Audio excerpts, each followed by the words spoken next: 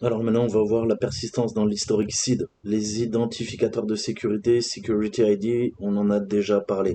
Mais si on devait récapituler, les SID sont utilisés pour suivre l'accès principal au niveau de la sécurité et l'accès du compte lors des connexions aux ressources. Il existe cependant un attribut intéressant sur les comptes appelés historiques des SID. Alors, on va voir ça un peu.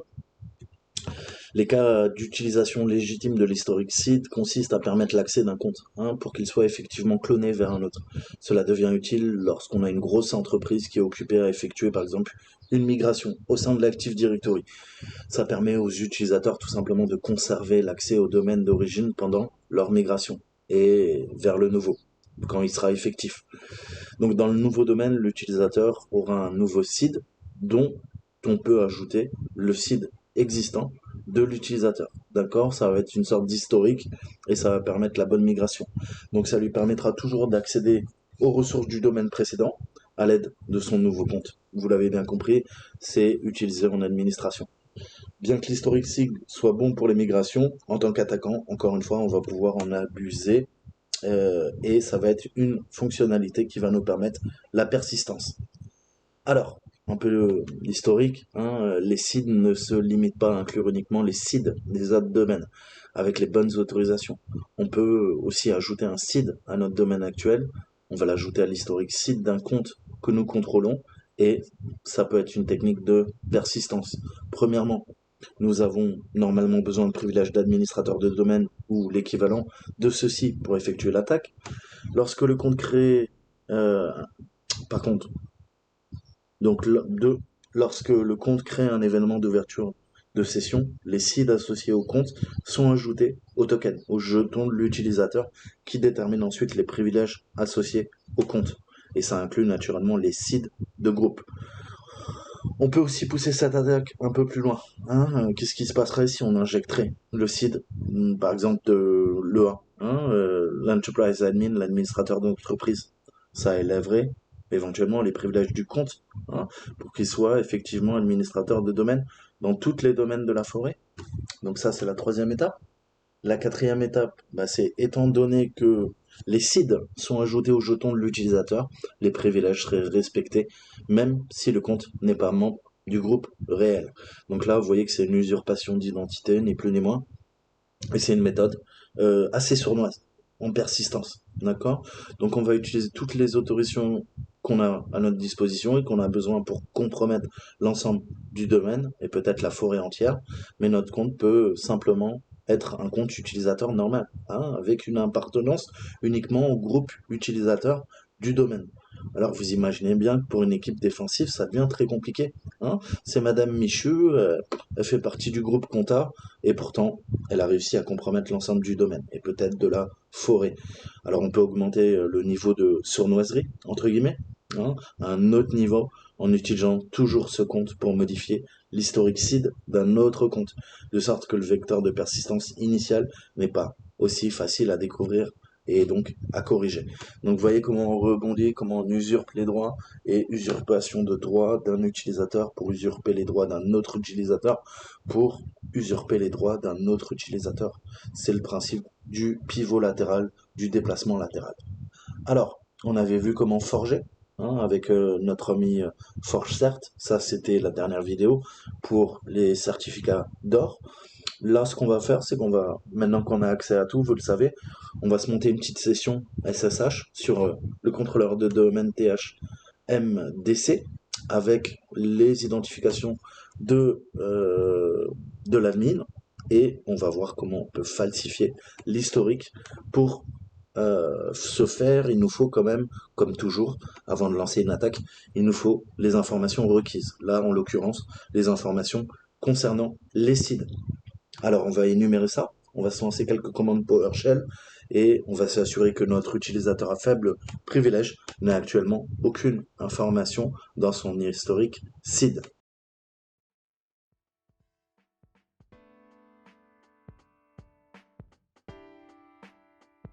Alors, qu'est-ce qu'on peut faire? On va se connecter, on va voir, on va prendre Tante Kelly, Kelly la sauvage. Parfait. Alors, SSH, de quoi me connecter à ça. Ensuite, notre copine Kelly, thmdc.tryacni.lock.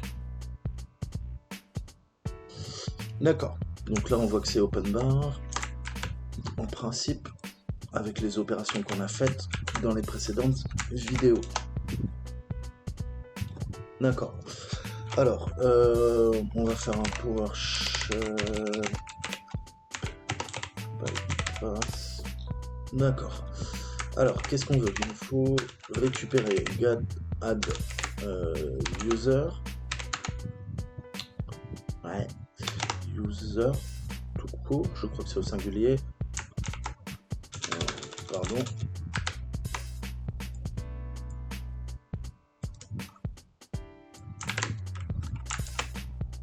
Kelly Savage.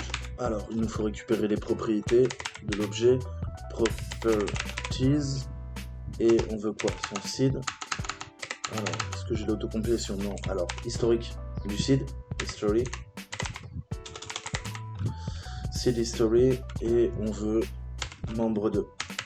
Donc, member of. Voilà. Donc, on a bien notre copine Kelly Savage avec le distinguish name. Il est activé, son nom c'est Kelly, elle est membre de quoi? Internet Access, donc elle peut se connecter en bureau à distance, avoir un accès à Internet, enfin accéder à Internet, pas avoir le RDP, enfin là le RDP visiblement là, d'accord? Et on a le reste des informations. On a le seed et dans le seed historique, qu'est-ce qu'on voit? On voit que visiblement c'est vide, d'accord? Donc notre utilisateur n'a actuellement aucun historique seed défini. Donc on va obtenir le site du groupe administrateur de domaine et c'est ce groupe qui nous intéresse. On va l'ajouter à l'historique des sites. Alors comment je peux faire ça? Il faut aller requêter d'abord sur le bon groupe. Alors cette fois-ci je fais quoi? Un AD groupe, d'accord? Et le groupe s'appelle domaine admin. Voilà. Donc là, on récupère le site, on voit bien que c'est le domaine admin, on a l'object grid et on voit que il s'occupe de la sécurité. D'accord? Donc là, maintenant, on pourrait utiliser Mimikatz pour ajouter l'historique seed, mais la dernière version de Mimikatz a un défaut qui ne permet pas de mettre à jour via LSAS l'historique des seeds. Alors, on va utiliser un autre outil. On va utiliser DS Internal qui permet de modifier le fichier ntds.dit. C'est la base de données Active Directory, c'est généralement ce que les hackers veulent. Et généralement, les équipes de Blue Teaming, le premier truc qu'elles font, c'est naturellement de surveiller qu'il n'y a pas un dump, une modification du fichier ntds.dit qui est extrêmement critique. Alors,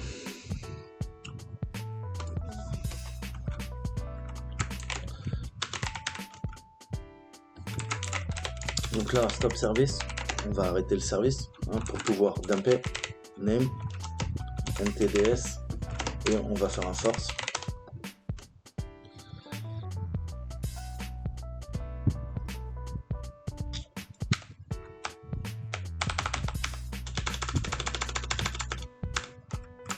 Voilà.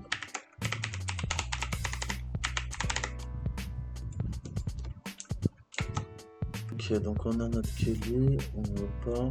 On voyait une erreur, il me disait qu'il trouvait pas le service, c'est normal. Kelly peut pas le voir. Et là, je me distrais. Kelly n'existe pas, Kelly Savage, ça marche un peu mieux. Voilà, donc là, on peut redémarrer le service. Sinon, tout simplement, si on redémarre pas le service NTDS, il y a l'ensemble de l'infra qui est pété, puisque ça permet de quoi? Ça permet l'authentification sur l'ensemble du réseau, d'accord? Donc, quand vous l'arrêtez pour modifier votre historique, il faut le redémarrer par la suite. Donc, start service, name, NTDS. Parfait, on va vérifier ça. Je vais prendre la machine du bas et on va voir comment ça se passe. Donc là, on était sur THMDC, le contrôleur de domaine, le top du top. Qu'est-ce que je peux faire? Je peux me connecter sur ça avec Kelly Savage. Cette fois-ci sur le serveur THMVerk1, le plus bas. Try hack me. Donc là, c'est un compte à faible privilège sur une machine à faible privilège. On est d'accord? Donc là, c'est cool. On est connecté en tant que Kelly Savage. Mais vous avez bien compris qu'avec cette attaque, qu'est-ce qui se passe? Elle doit avoir beaucoup plus de droits. Beaucoup plus. Comment on peut savoir ça? Get. Alors, prochaine. Latence. Ok. Donc, get. Username. AD user. On a du Kelly Savage. On revérifie nos properties.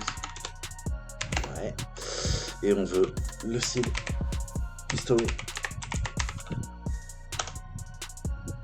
Vous voyez maintenant que le seed historique, qu'est-ce qui se passe? On a le 512, celui qu'on a injecté. Donc, sur ce domaine, enfin, si elle était migrée sur un nouveau domaine, tu comprendrais bien qu'elle garderait ses droits. Donc, on voit qu'elle a un accès en open bar. Hein, et comment on peut vérifier ça?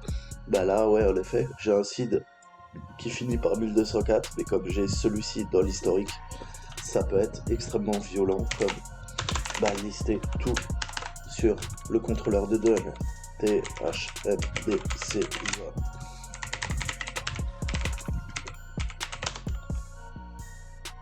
Non, elle veut pas. Oui, si je monte un lecteur, c'est peut-être mieux, non? C'est peut-être mieux.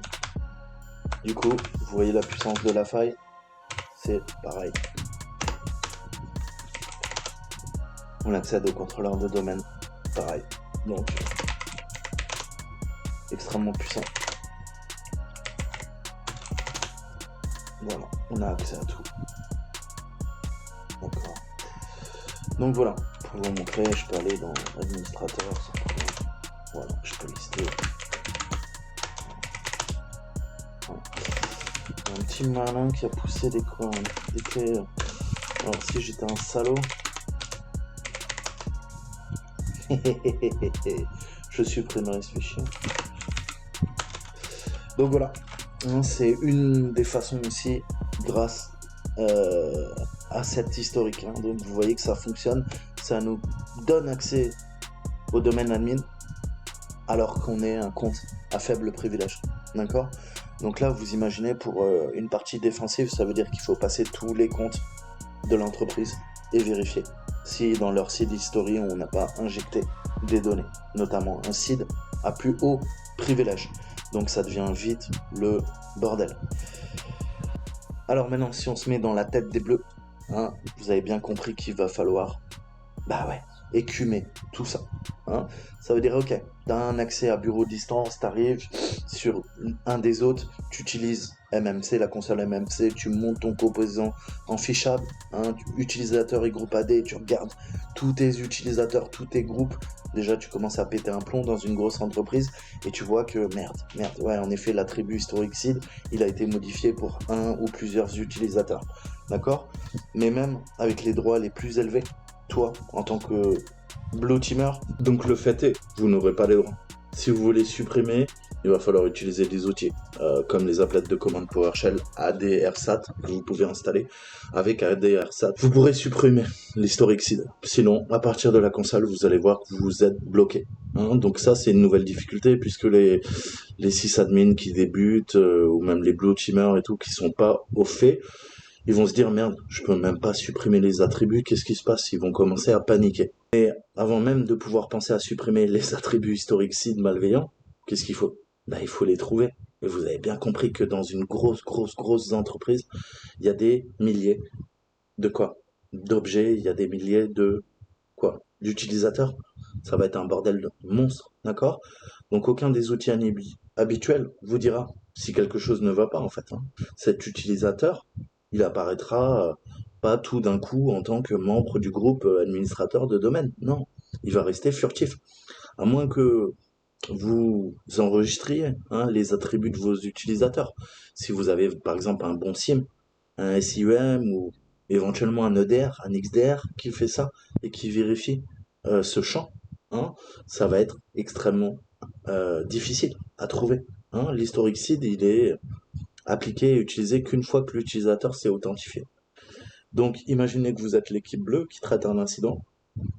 Vous venez d'effectuer une reprise de domaine, vous avez fait pivoter le mot de passe, hein, du compte KRB TGT 2 fois, vous l'avez modifié, vous savez qu'il faut 2 fois, comme je vous le disais en préambule dans mes précédentes vidéos, pour supprimer les tickets dorés et d'argent.